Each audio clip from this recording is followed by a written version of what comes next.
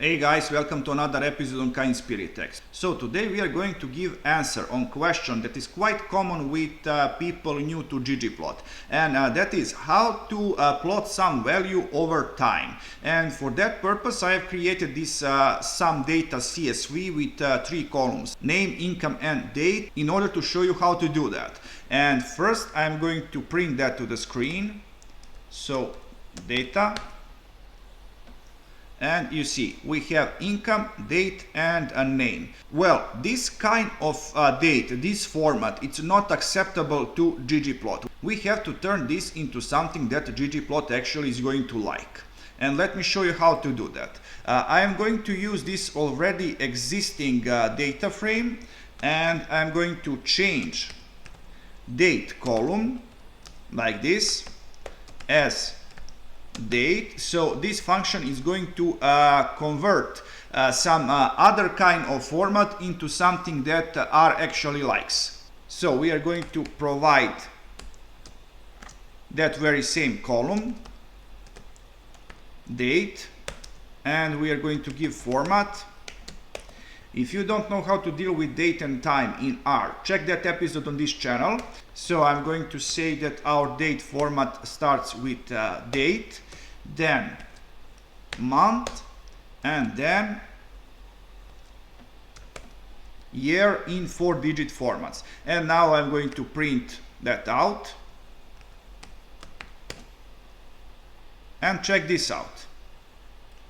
Now we have date format that is useful to GGPlot, and let us use it. So we are going to provide data to our GGPlot function. With aesthetics we are going to say that X is going to be date, then Y is going to be income, like this, and fill name. Let's use geombar for this purpose. Run it. Yes, we have to set stat to, because we are dealing with value. Run it again.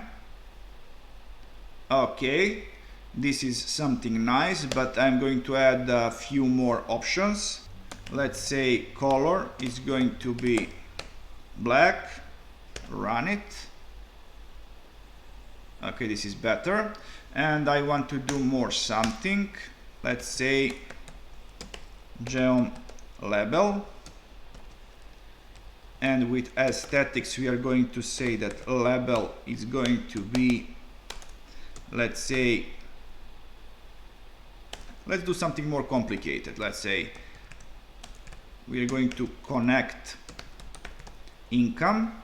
First is going to be name, then income, and we are going to separate those two strings with empty space. And now Y.